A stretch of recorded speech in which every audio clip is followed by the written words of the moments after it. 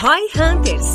ROI Hunters. O podcast de marketing do InfoMoney. I am at Guilherme_Lippert, and my expectation for this episode is to hack my way to the lowest churn of the decade. Here is at @DenderLiberty, and my expectation for this episode is to prove to everybody with Sean that contract the advisor or agents is the best option for your company. Here is at João Vitor, and my expectation for this episode is to learn how to spend the max amount of money possible to grow with profitability. So I'm Sean Ellis. My expectation for this episode is to really explore how an agency can actually engage with a company on a deeper level to drive real value in growing sustainably customers that will help the business be much more valuable in the long run. Perfect.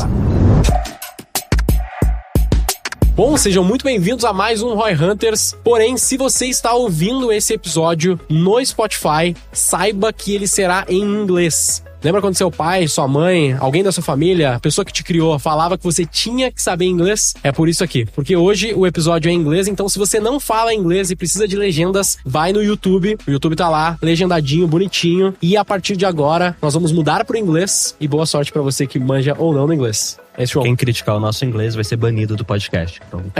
crítica lá é bom, eu gosto de crítica. Eu não. Yeah, ok. Você sabia que existe um método que pode fazer sua empresa escalar rápido através de experimentos? Este é o Hacking Growth. E para falar dessa estratégia, nossos hosts recebem Sean Ellis, o criador desse termo e autor do livro de mesmo título. Sean é empreendedor, professor e escritor norte-americano, que já passou por empresas como Dropbox, Lookout e Webs, além de ser criador da Growth Hackers, o maior portal de growth do mundo. Quer saber como aplicar esse método no seu negócio? Escute agora no ROI Hunters.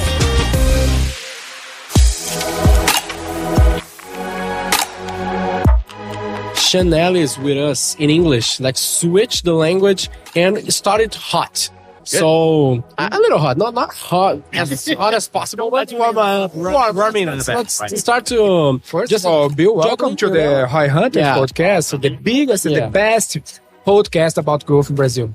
Very exciting to be on. Thank you. It's a top podcast, and I want to ask, the first question here is, since you wrote Growth Hacking in 2017, would you rewrite something? Well, I don't know that I would necessarily change the book, but what I can tell you is that a lot of people who read the book come up to me and say, this book has been so frustrating for me. And so what they say is that they try to do the things in the book and their organization says no. And so they have to fight the battle. And so if there was anything I was going to add to the book, I would probably give more direction on how do you get the rest of the company to actually support you in the efforts to do growth hacking. And so, so that's kind of the test and learn. You put something out there and then you get a lot of people saying why it was frustrating and then gives me something else to help them with. Yeah. So this is absolutely a problem in your projects as well. There's some feedback or direction you go to give people about how to get support from the whole company to implement a growth mentality. Yeah, so what I learned is if you try to convince the team to do one experiment at a time, each time you have an idea for an experiment, you say, let's run this experiment. It's a lot of energy. You have to sell that experiment. It's frustrating. So before doing that, what I recommend is to take like one day away from the day-to-day execution in the business and essentially have like an offsite meeting or a workshop, but essentially get everyone to step back and say, how can we be a lot better as a company? And really go through the whole process of essentially starting with why do customers need us in the first place, kind of what's the mission of the business, and then if you can find one metric that you're all trying to move together, we call that a North Star metric. Now you at least have something, so it's not marketing is trying to get leads and product is trying to get people to use longer, but you have one metric that everybody can share in, and then they still have their individual metrics. This is how I contribute to that metric. So once you have that, and then once you start to say this is the machine that moves that metric and together design that machine, just the marketing or the growth people saying this is the machine, but saying let's work together to say how does the machine work today? Then you have everyone on the same page around this is the number we need to move for success. This is what the machine looks like. And then is it perfect? Is any of it perfect? Usually the answer is no.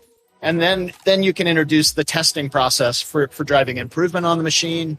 And now people are kind of looking at the business in the same way. They understand the importance of testing. And I find that in one day, if I do that up front or teams do that without me, that then they can much more effectively execute a growth hacking process. So yes, you can have a lot of people in the company read the book. That can help, but it's really better to step back and just rethink collectively, how are we going to grow this business in a new and better way? And I think if you take that time, then it's much less frustrating. I would like to say that I guess a lot of owners of the business that listen us here, they are not the growth hacker in the process. So someone they trust to give this opportunity to implement the growth hacker there. And what you say now is perfect. But I guess they have some problems to have a budget to test. And if you fail, you lose this money. The owners would like to have it absolutely certain that will get right and don't have some confidence with the lose money. This is part of the game. If you are a scientist, you have to lose some money. How the guys will convince the company to have this part of the budget, and how I and our owner will know that the guys is just learning. This is good, but when this is not right and he has lose my money, I have to shut down this operation, you know? Yeah, so I think the key there is if you have people who test just a little bit, it's much better than, the problem with most marketing teams today is that if they don't have good tracking in and they're not testing and trying things, maybe they're losing a lot of money and opportunity. And so you need to test small. If it works, you then put the big dollars there. So usually anything that you lose from testing, if you do it in the right way, isn't really an important amount of money for the business. It's just a small amount of money. Do you believe there's some threshold like 1%, 10%, 5% of your total budget you should be okay with testing? Like just treat it like a sunk cost. Like if 5% of your marketing budget is for testing and it's okay if you lose 10%. So there's a number. Yeah, I actually prefer 20% of the marketing budget to be for testing. But to keep in mind that even if it loses money, you don't lose 20% of your marketing budget. Maybe you invest, $100 and you get back $90. And so it's not something you want to invest in long term, but you actually only lost $10. It's not like you investing for and getting zero back. Like maybe you got a negative ROI, but it's not. And you don't get it on the whole thing. If you are smart about testing, you're going to get some of it's going to be positive and some of it's going to be negative. And then when you find the positives, then the goal is how do I spend as much money on the positives as I can? And the other thing with growth is it's not always about spending money. That's one way to grow.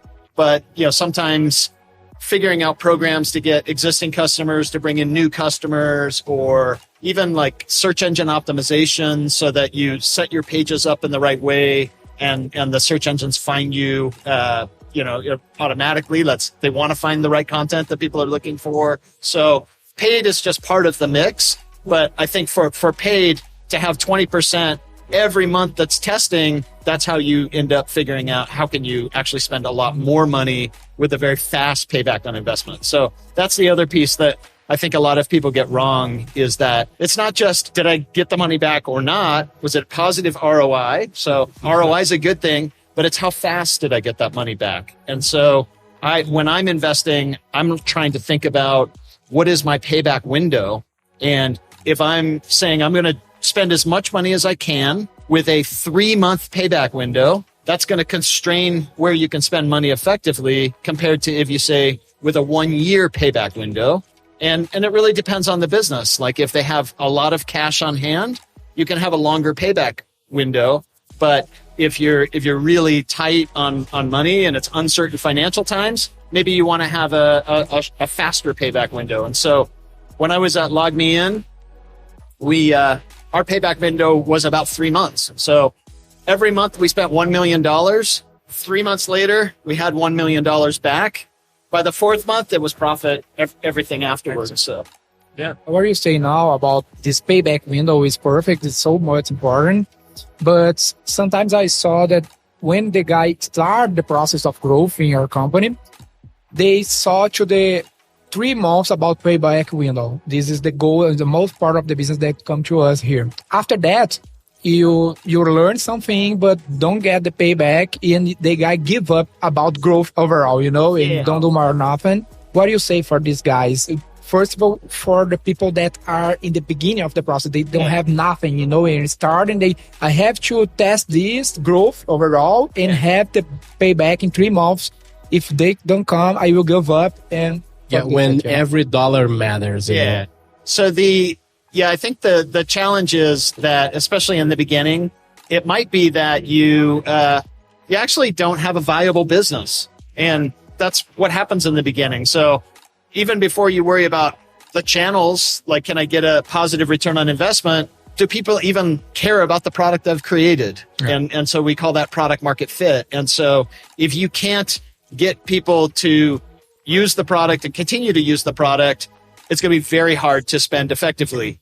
But just because you can get them to use the product and continue to use the product, you still don't have a real business until you have a way to grow that business. And so it's really hard in the beginning to find that first channel, that second channel. And yeah, it might be frustrating, but if they decide we're not going to do growth, then they're really deciding we're not going to do the business. And so that's, and not everyone, I think that's what differentiates like a good entrepreneur versus one that maybe should be in a safer job, which is, it's risky and it's hard work. And you have to decide, how long am I going to work at it before I give up? Yeah, but because situation here, like a lot of our customers are like accountants, lawyers, people whose B2B services that they pretty much built a business like 5-7 years ago, grow out this time just by referrals. And now they think, hey, let's test out some paid marketing, social media. And those things are really different from what they are used to do. Sure. And they have a viable business model, but they just don't have the confidence or the knowledge that takes time to develop new channels. Yeah. So how to convince them or, I don't know, teach them that, okay, you have to try and you take some time for those new channels to work. It's not because it didn't have a good payback in 1 or 3 months that doesn't work for you. Yeah. In this type of business, they have, for example, inside sales have to build before the internet come clients to them. Yeah. So sometimes they invest money in Facebook ads and don't have sales team and doesn't work. And he think that is the problem of his Instagram, not the sales team. Have to build both things together. Yeah, it's like they have a business in the brick and mortar world, but they don't have a digital arm of the business still build it. So how to do that? So I'll look at it from a couple of directions. One, it is really hard if you think about, okay, I'm going to be the accountant that's going to spend money to acquire customers, keep those customers, do all of that profitably. There's a lot of other accountants out there competing for that same attention, and it might not work very well for you. But what I can tell you that it's even in a tech company, a lot of times if I just go out and start testing channels and try to make that work, I'll fail. And then I have to ask myself, is it because I don't earn enough money from my product? So sometimes maybe I need to change my business model. Is it because no one likes the product? Or is it because it's really hard to start using my product for the first time? And so in tech, for example, I told you that with Log Me In, we spent $1 million. We had that paid back in 3 months. But when we started, I could only spend $10,000 with a 1-year payback. And it was really hard to spend any more than that. And we had raised $10 million from venture capitalists. So 10,000 was not enough speed of spending to get happiness from our investors. And so what I then looked at was, for all the people who sign up, how many of them actually use the product and get value? So LogMeIn's at that time was a remote control software you put on your computer, and then you can control it from any other computer. And what I found was that 95% of the people signing up never used the software, not even one time. And so, of course, it's going to be hard to build an effective way to get more and more people. If they don't use it, they're definitely not going to pay for it. And so we had a free version and a paid version. So for us, what we had to do then was really figure out how do we make it really, really easy to set up and use that first time. And it meant taking the entire product team and the marketing team to work together to try a lot of experiments to make it easier to get started with the product. And we were able to move from 5% of the people using it to 50%. So 10 times as many. So for every dollar we're spending, now we have 10 times as many people using it. That's when we got to, as soon as we did that, now I went back and tried the same marketing things and I could actually spend $1 million per month. So it would be like different channels will bring different types of people, and those different type of people, you have different levels of easy to use your product. And maybe if you want to try this new channel, you have to change your product to be easier to be used for this new kind of people that the new channel is bringing. Exactly. And so even if we'd go with the financial accountant example, that, just getting them interested is part of it, but getting them to actually share their financial data with you, that's scary. I don't know you. So what does it take for them to be comfortable to share that? Do they need to talk to one of your other customers? Do they just need to see a written endorsement from one of your other customers? Do they need some other things that say, okay, now I trust this person? And so it's not spending. The challenge is not just spend, did I get the money back? But spend, and now how do I get them to actually buy? And that's where a lot of the experimentation that actually makes it easier to spend the money profitably. And most people skip that. And I think that's what makes it hard to spend money in businesses. And I think that maybe when we try to translate all these things that we are talking about to a non-tech business, I think that the insight that I take here is like, maybe you need to start small, testing this new, for example, Instagram or Facebook or anything like that. Start small with a low budget, and at the same time, try to gather a lot of data. Yeah. And data in this case to a non-tech business will be like research, questioning your clients, leads, try to speak with them to understand if the solution makes sense for them, and how and where will you get more customers. I think that's the way to translate it to a normal business. You have to research, invest in the research to get information. I guess the problem is the guy puts a lot of money and have to get the payback. This is the problem. It's better you put a little bit, but continue investing and understand this R&D phase, a research moment, to get information, and after that, keep pushing until to get the information. Now I know they should invest the maximum amount that they are willing to lose. That. I mean, even if you just take an analogy, like a baby does not go and run a marathon. A baby, it's exciting when they take their first step, and then they take their first 5 steps. And so you, as much as you want to go to the end and say, I want to spend $1 million profitably, you have to learn how to spend $100 profitably if you want to be able to spend $1 million profitably. And at the same time, I really think that I will throw this at the table and we can discuss, but I really think that the name, like growth hacking, and growth hack is a way, or people understand that like it's going to be a hack for my business. So I'm going to implement this hack and going to like make a lot of sales. And people see V4, because our business, maybe the slogan of V4 company is like, our business is to sell is to help them sell more. And they really think that we have like a formula, like something that I'm going just to put there and it's going to make it happen. And it's not like that, never like that. But I really think that the name helps people understand it like it's a hack. It's something that you're going just to click and it's interesting. Like hacking has a lot of definitions to it. And so, some of them are like the magic trick hacking, and I think that's what you're talking about there. But to me, hacking is also about like creative testing and trying. And I'm gonna hack together something that will work. And so, you talk about life hacking. And so when I came up with the term growth hacking, I was looking more like that. Even Facebook, Facebook's on One Hacker Way. That's the name of the street that Facebook is located on. And so hacking has this sort of creative engineering approach but it's not like you just figure it out and magically everything happens. It's being creative and testing and I'm going to solve these complicated puzzles. And that's really what we're doing here. And so I think most people, when they can't spend the dollars, they think the problem is I'm not putting them in the right place. But the problem is usually somewhere along the way that, if it turns out that the people that you're getting, and maybe you come up with a creative idea that I'm going to, coming back to like the accountant example, I'm going to publish tax rates in every state municipality. And so Google's going to find that, and then people are going to come in and they're going to see that, and then I can cross promote my tax services to them. But that just because you have that information doesn't mean that they're not happy with the tax services they have right now. And so then you have to start to segment who is not happy with it. And so you have to think, how do I get them from this state of mind to, research about how to get the most value from your tax accountant.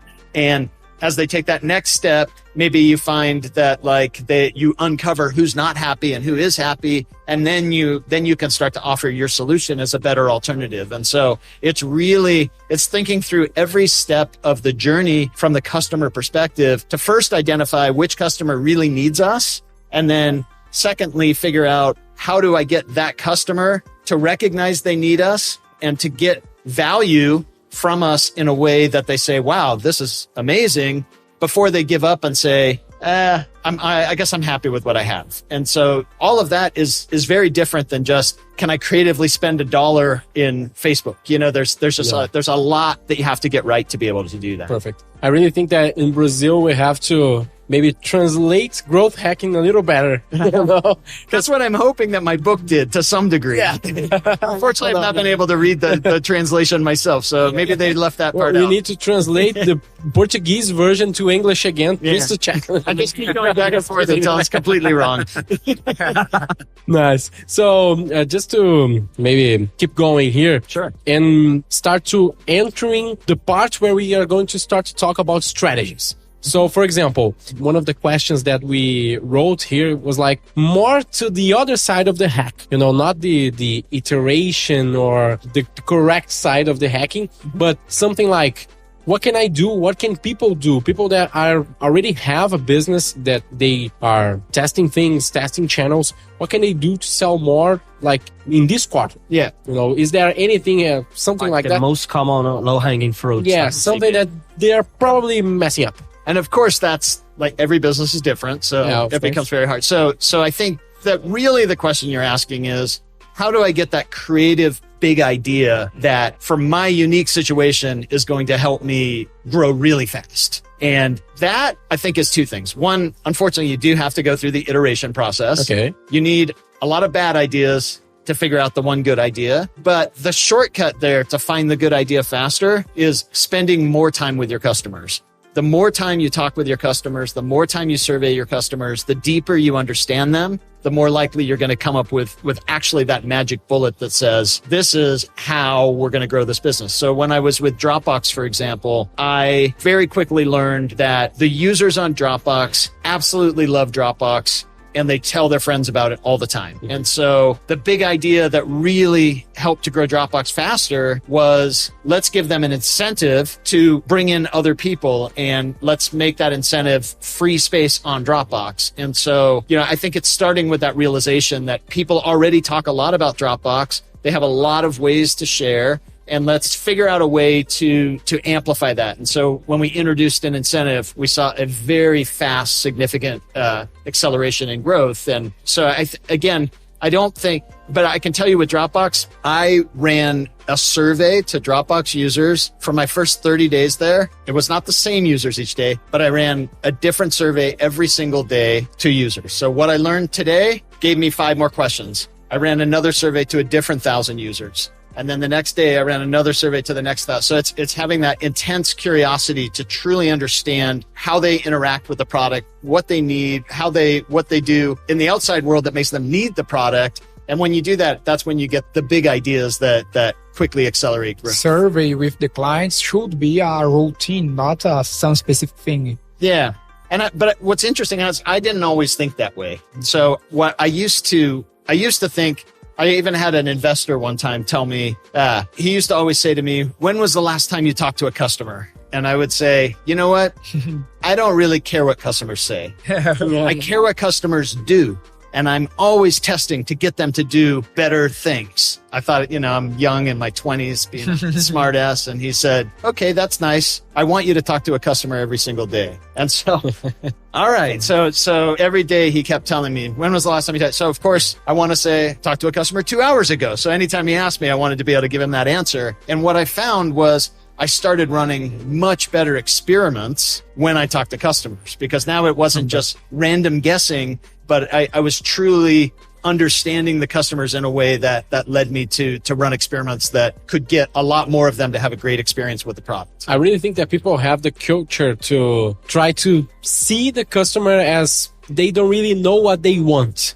You know? Yeah, they don't know what they want. If they knew what they want, they weren't going to need me. Yeah, the whole Ford thing, they want a faster horse. Yeah, that's the perfect example. But at the same time, do you get like some type of tips or things that customers say that don't work or how can you measure if it's a good thing or something like a faster horse? Yeah, so my way of doing that is I think you can do two things. One, when you're trying to innovate, you can actually spend a lot more time understanding the customer problem so that your solution is a better solution. But then I think what I uniquely do is when I'm trying to grow a company, I want to make sure that people actually care about that product. And so I want to come in after they've proven people care about the product. Then I can effectively grow that company. So I came up with a survey question that helped me uncover that. I ask existing users on the product, how would you feel if you could no longer use this product? Must have score. Yeah. Must have score. So I made that up when I was at Dropbox. I made that question up, and that question helps me identify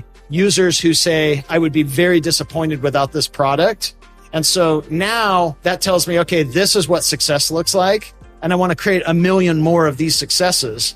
But until I have that one success of a customer who says, I would be very disappointed. So then how did that customer discover the product? What did they first do with the product? What were they using before? What is the main benefit they get from the product? And so I'll give you an example. I had one company I went in and worked with in the very early days, and I asked that question to their customers, and only 7% of the customers said, I would be very disappointed without this product.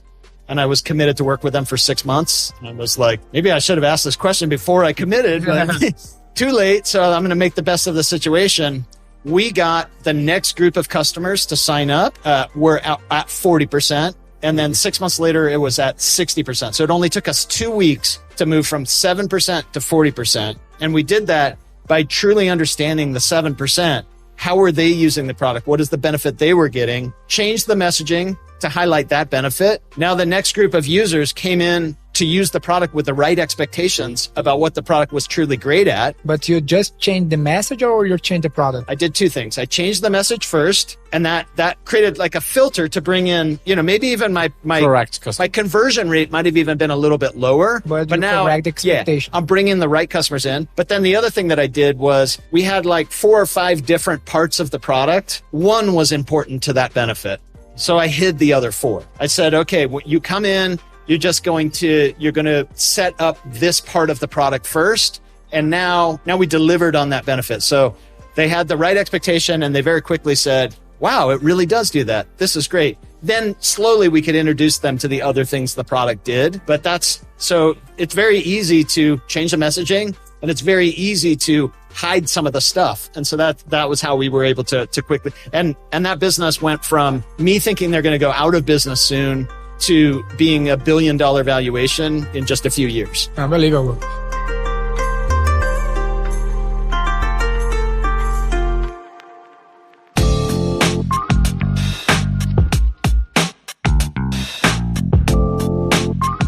I would like to give an example that what you will do in your offsite partner meeting. We have a lot of partners in before. Can I just make a question that is going to be with the MHS, so the must-have score first? Of course. Just you are the owner of the podcast. Yeah, thank you. So just to compare here, we use must-have score to do the thing that you said here. And how do you compare it to the NPS? What is better? I think the must-have score is basically the entry point to know you can survive as a business. Essentially, it says, I would be very disappointed without this product. You need some people who consider the product a must-have. The NPS is more of a business performance score. So I'll give you an example that if let's say I have a drug that I have to take because I have a sickness. Okay. And that drug, if I don't take it, I'm going to be very sick all the time. Like, that's a must-have for me. But the business charges so much money. Every time I try to call them, they leave me on hold for a long time. They run out of stock a lot of times. I don't like to do business with them, but I need that product. So I'm not going to recommend that product to someone, but I need it. So that's where obviously you want both. I want to have a must-have product and I want to serve customers really, really well. So NPS is a good metric that tells you that you're really doing a good job serving customers, but it's going to be somewhat category specific too. If it's, let's say, adult diapers, like if I need adult diapers, it's a must-have. But am I going to recommend them to all my friends? Probably not. Maybe on a big night of drinking, but that'd be the only I used to say that if you have a high must-have score and a low NPS, you basically has a business that is really well positioned to be disrupted for a competitor because you have something that people really need and you're not serving them well. So a competitor It's a big opportunity. It's a big opportunity for your competitors. Exactly. So I think it's a great way of looking at it. The other way I would look at it there is if you have a high must-have score and a low NPS, that's a lot easier to fix than if you have a low must-have score. Yeah. Because you have to essentially fix the whole product, where this you just have to be a better business. You say that you have two things we are in the first, but I would like to know a little bit more about that because we do a meeting with our partners in our company each quarter. And in this quarter, I will do an offsite meeting, like you say, in moments. And my first dynamic that I will do with them is give some clients contact of some clients that churn in this quarter to each one call for them and question why they churn. Mm-hmm. Try to understand what we do wrong and try to, after that, make a dynamic to plan what you have to do better in the next opportunity. Yep. My idea is to bring the culture about talk with the clients and try to be better. First, think about the vision about the clients. Mm-hmm. What do you think about this dynamic? And to question to the churn clients, not the promoter clients. I think it's good to understand that, but I think you run two risks. One is by focusing on that, you're not focusing on why did the client stay. You're focusing on why did the other ones leave. And so maybe you miss the opportunity to really understand what am I doing well. But then the other risk is you start to learn the ones that are leaving and they give you requirements and you start to serve their requirements. Now the ones that love you start saying, I don't like the product as much. So you kind of move away from your core. So that's why I start with, I want to make the product better and better for my must-have customers. And then I like what I learned from Superhuman. Do you know Superhuman? Superhuman? Yeah, the email. Yeah. So they took my initial idea with this must-have score, and then they turned it into a they evolved my methodology to actually, I think, really do something better that solves that problem. So where I said, if they don't say that it's a must-have, I ignore feedback from everybody who doesn't say it's a must-have. And for those reasons that I just said, what they said is, okay, I like that, but I'm going to focus on the must-have users. What is the benefit that matters most to the must-have users? And then I'm going to say, who are the users who said I would be somewhat disappointed if you took away this product, if I could no longer use this product, who also cared about that benefit? And now I'm going to figure out what can I do to improve it for them? So I'm not moving away from my core benefit, but I'm making my core benefit something that I can bring that group in and experience that benefit better. So what that starts to do is, as a marketer by background, I'm mostly thinking about the product as kind of a fixed thing, and how do I get the right people to experience the product in the right way? What they're essentially saying is how to actually improve the product, and you can use the data that they collected to actually improve the product as well. And so I think that is a good twist on the methodology that actually makes it so that you can start to, the ones who say I'd be somewhat disappointed are going to churn, but it's you're essentially saying, I'm not going to look at all churn users. I'm going to look at churn users, the set of churn users that should have loved this product. It's like on the NPS, like on G4, you have like promoters, detractors, and neutral. We pretty much don't care that much for the detractors because they are so far away from like us that it's okay. So promoters, let's listen to them, and neutral because it's easier to turn neutrals into promoters than detractors into promoters. And most of people usually focus on the detractors. It's easier to solve a problem than it is to... One thing that we did in this last quarter that get down our churn rate was to focus on the promoters and find ways to get more money from them and forget the churn, and our churn get down because we have a lot of upsell and sell more to the promoters. And the logo churn keep the same, but my revenue churn drop, you know, because I sell more for the promoters. And you know what I think the number one thing to improve churn is? And it's kind of like by the time they're churning, it's sort of too late. So to me, I think the number one thing to improve churn is actually to get people using the product the right way as quickly as possible. So focus on the beginning of that journey. And it kind of comes back to what we talked about. So if you invest much more time and energy on that new customer onboarding, and it doesn't have to be like in a tech product where it's like, I'm going to A/B test a whole bunch of screens, but it can be, you know, do we set up a half-hour call with every new customer so that we truly understand their needs and help them get the most out of the solution? So it can be a very like touch way, but you just want to make sure that if they don't use the product right in the first place, those are usually the customers that churn. Yeah, absolutely. Maybe our growth class that we made was supposed to be that, but it didn't really affect the churn. I think it's a good point to bring here, right? Yeah, I guess. Yeah, so just to explain to you, so our process is providing marketing services for our clients. So that's it. And we have somewhere around 9-10% of revenue churn monthly. Okay. So it's an SMB focused business. And our benchmark says that this is okay. It's not good, but it's not like you are going to die. So it's okay. We sell a lot to new projects. It's more. Yeah, we sell like 500 clients monthly. Yeah. So it's a lot. And one of the things that we try to do to reduce this churn, to make it go away maybe, or just a little less, was what we called a growth class. So we took all of the clients that bought in that month, and the first thing that they did, that they received, was a call, like a one-on-one call, to explain like what is growth. What is growth? How to manage the team that you are hiring right now? Right. And we thought it would be like amazing. So we're going to do like, how can I say verdade nua e crua? Naked truth. Yeah, like the naked truth of growth. You know, like it was supposed to be like that, and it was okay. And we also offered like 1,000 reais, which is okay. It's a good amount of money.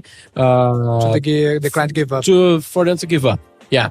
If you give up in the first call, you will receive all the money in more than 1,000 reais. And why we did that? Because our churned clients, we saw that the biggest problem was expectations. Yeah. So they thought they were going to sell a lot very fast. And then our growth class was like, man, you are not going to sell a lot very fast. It's going to take like 6 fucking months. Yeah. And if you think that's that we sold you wrong, so you can leave right now, you're not going to pay us, and we are going to pay you back 1,000 more reais. It was like revolutionary, a good idea, but it didn't move like nothing on our So it's not that good of an idea. No, it seems, it seemed like a good idea, but it didn't work. Why do you think it didn't work?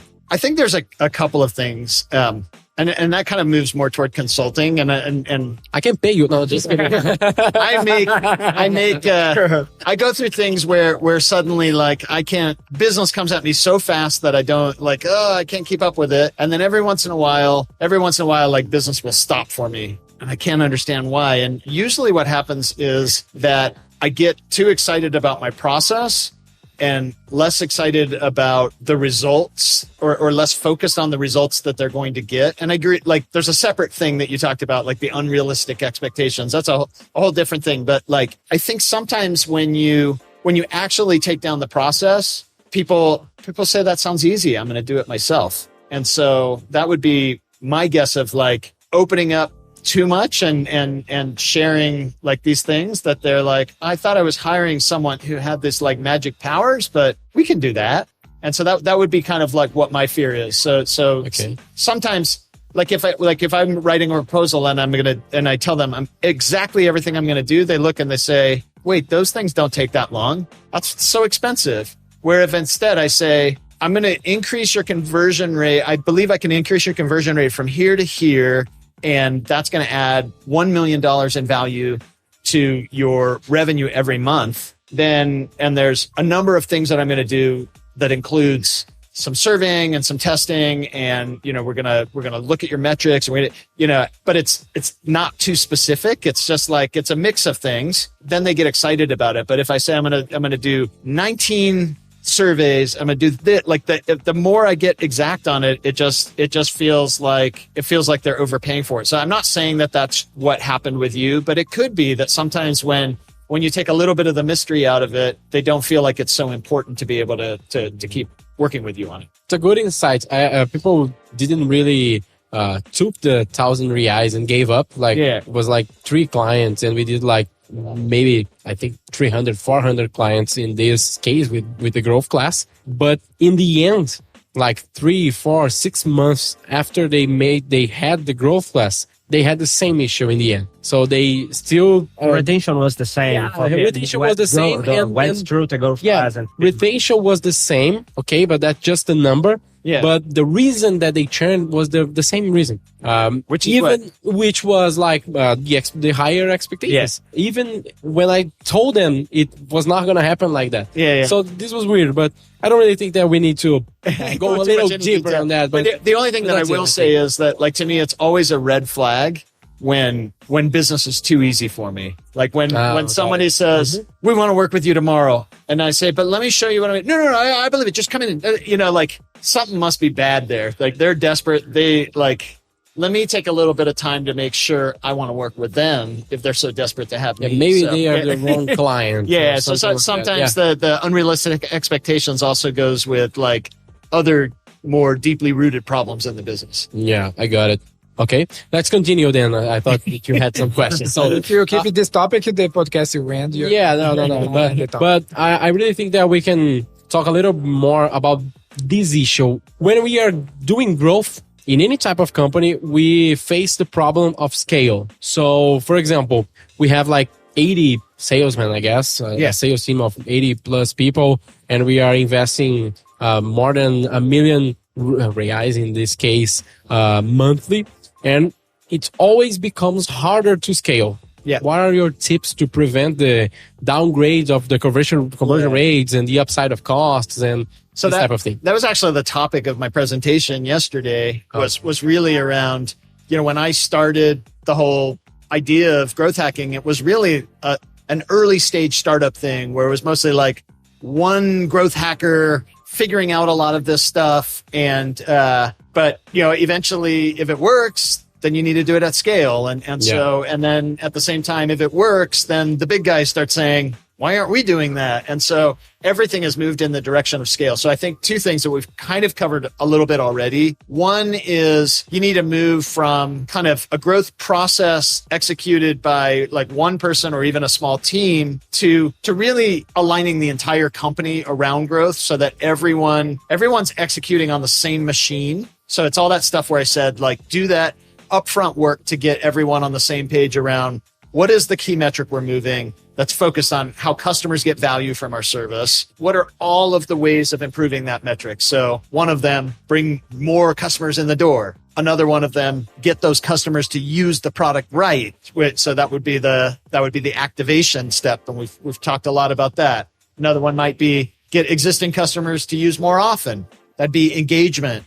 And so different teams are going to control some of these different areas. But if everyone looks at the engine in the same way and knows that the goal is to grow this metric that reflects how much value customers are getting, now you have an aligned organization. And then the thing that I'm realizing more recently, now that I'm actually going I haven't been working back in companies for a while. So I just started doing that again, working with a company called Andela. And one of the things that I discovered pretty quickly was that I can do all of that, but the traditional way of running a business doesn't really support that. The traditional way says, I need to decide what the marketing budget is a year in advance. I need to decide what the headcount plan and how to grow the team a year in advance. And maybe I'll make adjustments quarterly. But what happens if you discover tomorrow a way that you can spend $1 million with a very fast payback? Should you wait till the next year to do it, till the next budget cycle? Next quarter meeting? Yeah. What if you actually budgeted to spend $1 million, but you know you're going to waste that money because like the way that Google works all changed. And so you need a lot more flexibility in how you plan, but you do need that predictability that bigger companies need in their overall planning. And so I kind of call it's like a new operating model for businesses that kind of balances that need for predictability with flexibility that allows you to move into opportunities more quickly and back out of problems more quickly. So it brings that agility to things, but it really requires a rethinking of the business from top to bottom to do that. Amazing. There's a lot of problem with this annual budget in your clients. They say that the budget is an entity, in the company. Nobody question about the budget. The budget is that, and that's it. We have a great history. One of the students in G4, they had 1 million to spend on marketing. Yeah. And they have a target ROI, for each dollar you should get 4 back. Yeah. So they are bringing 5 back for each dollar invested. But it was so good that they spent the whole marketing budget half of the month. The financial department said, okay, you don't have money, stop all campaigns, come back next month. Exactly. That truly happened with a real company. But that's because that's the way it's always been done. And maybe they need to, because it's a cash flow thing that if it takes 6 months to get that money back and no, it wasn't the case. It was a product thing. Usually it's not the case, but it could be the case. Could be the case. Could be. But their guess, The benefit of the doubt. the truth is the growth should be part of all culture, all departments, Exactly. not about the growth department. And that's what I really liked about Dropbox when I was there. My contract at Dropbox said that the number one objective was to create a culture of growth and experimentation. And when I was there was 8 people. Today, there's 4,500 people. And so we basically, everything we did was to get people understanding how growth works and working together to drive that growth. And 2 things that I'm really proud of. One, I interviewed the worldwide head of growth a couple of years ago when they already had thousands of employees in the company. And she said, what's different about Dropbox is that everyone takes ownership of growth. So that was we were so intentional about that. But then the second thing is Dropbox was the fastest company that's a SaaS business ever to reach $1 billion in revenue when it hit $1 billion in revenue. And it was, we really created a machine where the best ideas for growth all came from me for about 1 month. And after that month, we tested those ideas. I was the only non-engineer on the team. They didn't work. No, just kidding. When they saw the power, because it's math, right? Yeah. When they saw the power of, if we try these different things, they can see the acceleration in growth. They very quickly said, I'm not wasting my time with this experimentation. This is cool. This is fun. What if we did this? What if we did that? So then all the best ideas started coming from the engineering team. And after I left, so I had a 6-month project there. After I left, it was another 9 months before the next marketer joined the company. And so the engineering culture continued that test learn process. And it was just baked into the whole company. They didn't need a marketer anymore because the whole company was operating that way. Do you have any type of tips to make it flexible and predictable already? The budgeting? Yeah, I think the biggest thing that you want to do is first of all, have that expectation up front. So when I went into Andela, one of the very first things that I said was I'm probably one of the first marketers that did that, but I said, let's spend less money. That was my first thing. Most marketers are just give me more budget and I'm going to be happy with it. And it was, let's spend less money and take the time to figure out how we can spend a lot more money. But I gave them the constraint that said 6-month payback on marketing dollars invested. And then I'm working with my agency, and my agency also has a challenge understanding this. So I talked to the agency, And this was literally this week while I'm in Brazil. And one of the guys at the agency says to me, we've increased results by like 25% compared to last month, just in this first week. This is amazing. And I said, the goal here is not to increase results by 25%. It's to figure out how to spend way more money than we're spending right now and to quickly scale. I'm not using this testing budget to now get 25% more on this testing budget. I'm using this testing budget to figure out how to spend $1 million every month with a very fast payback on dollars invested. And he got it like that, but it was like, don't celebrate a handful of more leads like that. This budget, the results of this budget is not what we're trying to optimize. We're optimizing for the learning of how we can spend a lot more. So I have to control the expectations on the advertising agency, but then also inside the company. We are growth investors, not value investors. So sometimes the guys don't think about to increase the budget and get more results, but they try just make more dividends, a little bit. Maybe it's like, it's not about how you increase your ROI, but how can you invest the maximum amount of money with a good ROI, a good payback. It's not to make more money for each dollar invested, but how to invest the maximum amount of dollars with an within your acceptable limits of return on investment. I say for my clients and students that the goal of all companies should have is to be and have the biggest budget in the compared to the company. Absolutely, and that's a hard concept for people to get across. So part of me, when I cut the budget, when I brought it down, obviously the sales leadership, what are you doing? We need these leads. And the only way I could get the sales leadership excited about that cut was I want to spend 10 times that budget. And to spend 10 times, we need a new test learn process so that we can identify those opportunities to get there. And we're not going to get 10 times more until we change everything. And so this reduction is temporary. And so then they get excited about, okay, 10 times more. All right, I'm on board. Okay. But of course, then there's a lot of pressure every day. Can we spend 10 times more? Can we spend more? All right, guys, give me some time. But sales team is always like that. This is a problem that we had before that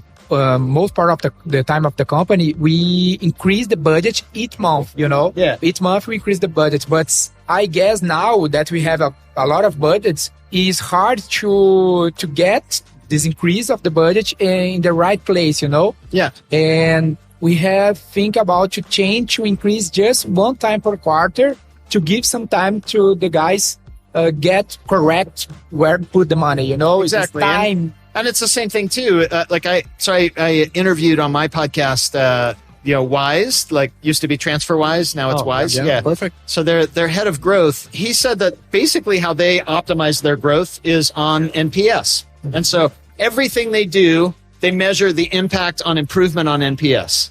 And sometimes they start to grow so fast that their NPS drops because they're growing too fast. Yeah. And the reason is because now the support team can't keep up. And when the support team can't keep up, then the time it takes to get help starts to take longer and longer. And then the NPS starts to come down because people aren't so happy with the service anymore. And so it just starts to show like you're managing a machine. And when you see that NPS go up, you should know we're going to have more needs on the support side. Support team, be ready. We're on a new trajectory, and it takes time for them to plug in and train more people. And so that's where I'm saying like it's you need to be able to communicate. You need the information, like the good dashboarding of what's happening. How do you look at the data in the right way? And then how do you communicate the important things across the company? And now what are the flexible planning? How do you make the changes to the flexible planning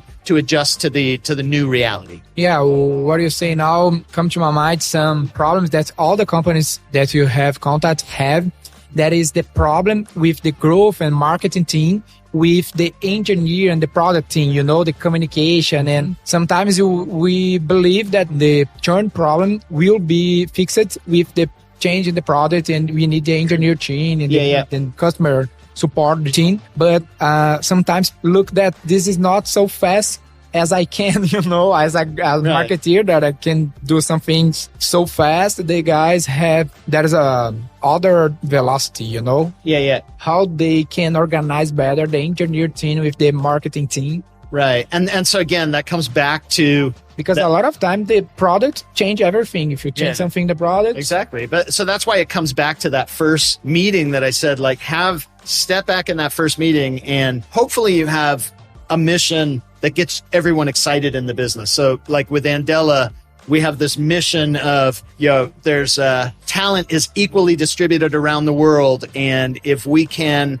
but opportunity is focused just in little areas. And our goal is to get more talented people plugging into more opportunities. And so we've brought more jobs to Africa, for example, engineering jobs where we plug them into some of the best companies in Europe and in United States for long-term roles. And so when people look at that, the one thing I found, everyone was really excited about the mission, whatever role they were in. So then I had to say, what's a metric that we can all look at that we can feel really good about that mission? And so then that metric becomes more around how many people are in positions that we put them and they're still in those positions. What's the active positions that we've placed? So then you start to say, okay, how do we move that number? The product team has a lot of things they can do to move that number. The marketing team, the sales team, talent acquisition team, so then we create this shared vision of what does the entire engine of this business look like. And now we start figuring out how to work together effectively on that engine. But the reality is most people are just so caught up in their own little silos in the business that they just think those crazy salespeople or those crazy product people. Why do the product people hate marketing so much? And why are marketing people so spammy? If we gave them control of our product, they'd put big red buttons everywhere. It's true. Yeah. And why do the lawyers not allow us to do everything or anything? And so there's like, but when you can all rally around like a shared mission, and why is what we're doing important, and how do we measure progress, and now like everyone's starting to manage the same machine, then the magic starts to happen. It's a big investment, but when you think about it, it's a one-day investment if you do it right to get everyone on the same page, and then forever afterwards it's much easier to work together. So for me, I would never work with a company that didn't agree to do that upfront one day together. And so that's kind of, that would be my biggest learning since putting out the book. In the beginning, I tried to solve the problem with just me consulting. I'd go in and you be cross-functional. And it's, you can't convince people one function at a time to be cross-functional. It has to happen all at the same time. And so that's, I think the different way of looking at things and, to make this thing really work at scale. Nice.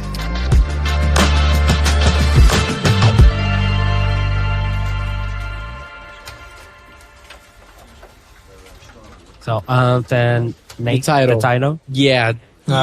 This part is good. What are your suggestions for the name? The title of the episode. Searchable and with a great copy. It's really clickable, drivable, high CTR, and good SEO. Yeah, that is their goal. Sean Ellis in the name, I guess. Founder of Growth Hacking, shows how agencies can be a critical part of success. You had to help me. I like this one. Okay, so don't you think it's too big? No, Sean Ellis. Difference between agency and your own team, something like that. Okay, that's it. E para você que ficou conosco até aqui, saiba que o episódio ainda não terminou e nós temos uma novidade especial para compartilhar. Neste mês, estamos lançando o Growth Marketing Program, o nosso novo programa de formação de profissionais de Growth Marketing. E os próximos 20 minutos deste episódio são exclusivos para os alunos do programa. Para saber mais informações sobre o GMP, acesse o link aqui na descrição. Siga o ROI Hunters no youtube.com/ROI Hunters e no Instagram pelo @ROI Hunter Oficial e faça parte do nosso grupo do Telegram com conteúdos exclusivos.